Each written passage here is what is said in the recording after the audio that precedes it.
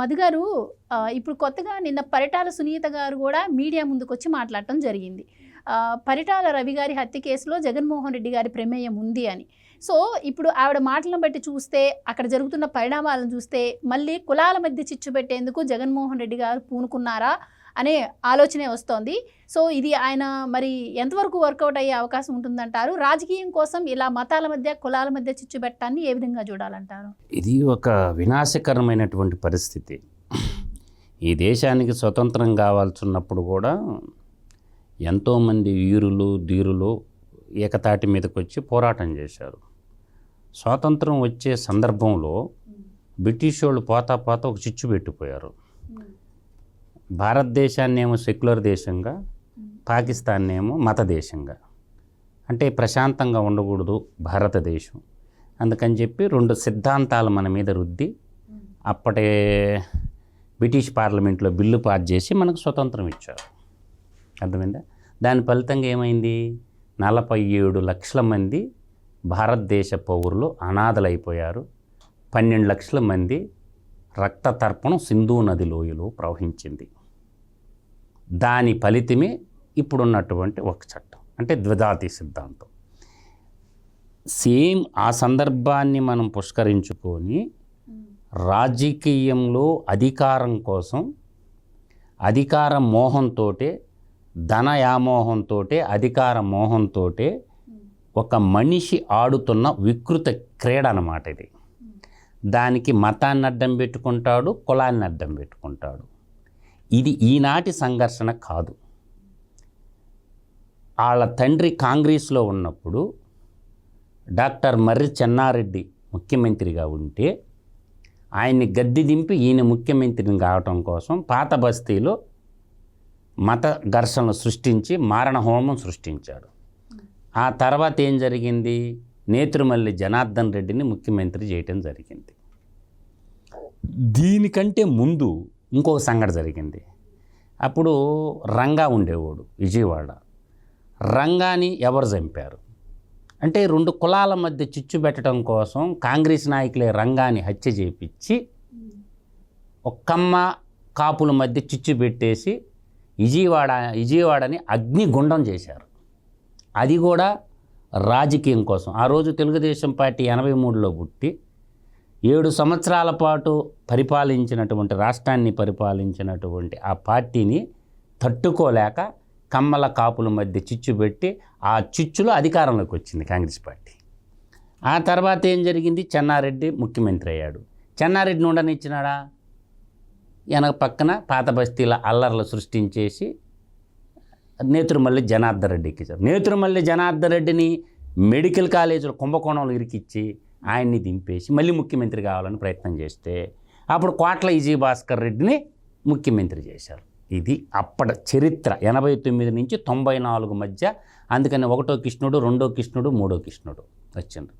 94లో NT Ramarao గారు ప్రభంజనంలో మళ్ళీ ప్రతిపక్ష పార్టీ హోదా లేకుండా కేవలం 26 సీట్లకే పరిమితమైతే అప్పుడు 294 సీట్ల ఉమ్మడి అసెంబ్లీ, ఆంధ్రప్రదేశ్ అనే రాష్ట్రంలో ఉమ్మడి అసెంబ్లీలో 26 సీట్లకి కాంగ్రెస్ పార్టీ పండబెట్టారు. అటు తెలంగాణ గడ్డ మీద ఉన్న తెలుగు ప్రజలు, సీమాంధ్ర నేల మీద ఉన్నటువంటి వాళ్ళు. అక్కడికి అర్థమైందా? కాబట్టి తెలుగు ప్రజలు మళ్ళీ తెరుచుకున్నారు. మళ్ళీ అధికారంలోకి తెలుగుదేశం పార్టీని తెచ్చుకున్నారు. దాని తర్వాత ఏం చేశాడు? మళ్ళీ ఏదో విధంగా అధికారంలోకి రావాలని చెప్పి మళ్ళీ ఆయన కుయుక్తులు పన్నాడు. ఆ కుయుక్తులు కూడా మనకి ఇంకా పనిచేయపోగానే తెలంగాణ జెండాని చిన్నారెడ్డి నాయకత్వంలో 99లో లేవనెత్తారు. తెలంగాణ వాదాన్ని పుట్టించారు ఆ రోజు. ఆ తర్వాత ఏం జరిగింది? మళ్ళీ ఏమైంది? 2009కి వచ్చేసరికి రిలయన్స్ వాళ్ళు మా అబ్బాయిని చంపేశారు అని చెప్పి ఈయన ఒక ఆయన చెప్పుకొచ్చాడు జగన్మోహన్ రెడ్డి. మా నాన్నని సోనియా గాంధీ రిలయన్స్ వాళ్ళు కలిసి మా నాన్న చంపేశారు. అదే రిలయన్స్ వాళ్ళకి ఏం చేశాడు? ఆయన ముఖ్యమంత్రి అవ్వగానే రెడ్ కార్పెట్ పరిచి పరిమెళ్ళ నత్వాని అనే ఒక అతనికి రాజ్యసభ ఇచ్చారు. హైదరాబాదు మహానగరంలో, భాగ్యనగరంలో రిలయన్స్ స్టోర్లన్నీ తగలబెట్టించారు, రాళ్లతో కొట్టించారు. తర్వాత ఇంకొక సంఘటన కూడా చెప్తాను. తునిలో చంద్రబాబు నాయుడు ముఖ్యమంత్రిగా ఉంటే తునిలో రైళ్లు తగలబెట్టించింది ఎవరు? అంటే రాజ్యాధికారం మనుషులను చంపటానికి వెనకాడరు అన్నమాట. అంటే ఆ రాజ్యకాంక్ష అటువంటిది అన్నమాట. ఎందుకంటే వాళ్ళు ఏంటంటే రాజ్యాధికారం ఉంటే మనం ఎంతైనా దోచుకోవచ్చు. అయిపోయిందా? కోడికత్తి కేసు ఎప్పుడు జరిగింది? ఎలక్షన్కు ముందు 2018లో కోడికత్తి కేసు. ఒక దళితుడు చెయ్యని తప్పుకి 5.5 సంవత్సరం జైల్లో ఉన్నాడు. ఇంకోటి గొడ్డల వేటు ఆడేశారు.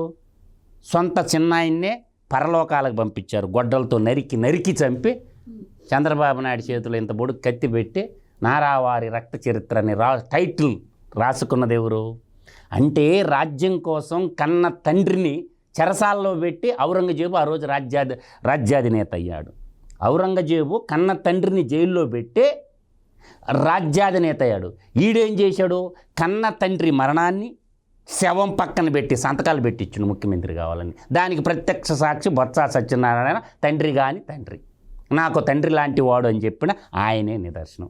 రెండోది ఏంది? ఆ కన్న తండ్రి మరణంతో ముఖ్యమంత్రి పదవి రాలేదని చెప్పి పినతండ్రిని నరికి చంపి రాజ్యాధికారంకి వచ్చాడు. నాడి ఔరంగజేబు పోలికలు పుష్కలంగా వీళ్ళు ఉన్నాయి. నేను అందుకే చెప్తాను, మనకి అసురులు ఉండేవాళ్ళు. రావణాసురుడు, బకాసురుడు, మహిషాసురుడు, నరకాసురుడు, వీళ్ళందరినీ మిక్సీ చేస్తే వాడే కలికాల జగనాసురుడు అని ఊరకంటాం మాట.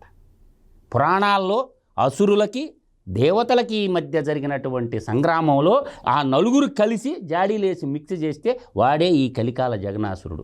ఈ పులివెంతల పులకేసి ఈ పులివెంతల పారంబోకోడు ఈడే ఏకాదశి రెడ్డి అన్నమాట. కాబట్టి రాజ్యాధికారం కోసం వాడు మతాన్ని వాడతాడు, కులాన్ని కూడా వాడతాడు. ఎందుకంటే కులాన్ని వాడకపోతే, మతాన్ని వాడకపోతే ఇంకా కూడా జరగతాయి సార్. నేను చెప్తున్నాను, అంబేద్కర్ మెళ్ళలో చెప్పుల దండలు వేపిస్తాడు, వాడే రాజశేఖర్ రెడ్డి విగ్రహాలు కూలగొట్టిస్తాడు. జరగబోయే ముచ్చట కూడా చెప్తుండా.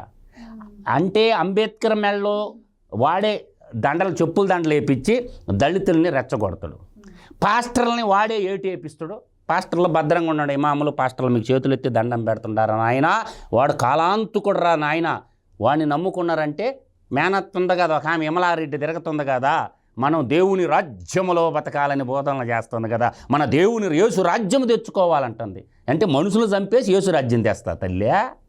అందువల్ల ఏంటంటే వీళ్ళు దేశద్రోహులుగా సంచరిస్తుండు కాబట్టి, ఒక ఆర్థిక ఉగ్రవాది కాబట్టి, నేను మూడు రాజశేఖర్ రెడ్డి బొమ్మలు వాడే కూలగొట్టి, వాళ్ళ నాయన విగ్రహాలు వాడే కూలగొట్టి, చూడండి రాజశేఖర్ రెడ్డి బొమ్మలు కూలగొడుతుంది కూటమి ప్రభుత్వం అని రెడ్డిలతో రెచ్చగొడతాడు. రెండోది ఏంటంటే దళితులను రెచ్చగొట్టడానికి ఏం చేస్తాడు? అంబేద్కర్ విగ్రహాల మెడల్లో చెప్పులు దండలు వేపిస్తాడు. మూడోది ఏం చేస్తాడు? పాస్టర్లని నరికేసి క్రిస్టియన్లందరికీ నేను నీకు పెద్దన్న అంటాడు. చంపేది వాడే, దండేసేది వాడే, దండం పెట్టేది వాడే, పిండం పెట్టేది కూడా వాడే. కాబట్టి భద్రంగా ఉండండి రా నాయన, ఒక అరాచకవాది సంచరిస్తుండని మాత్రం చెప్పగలను.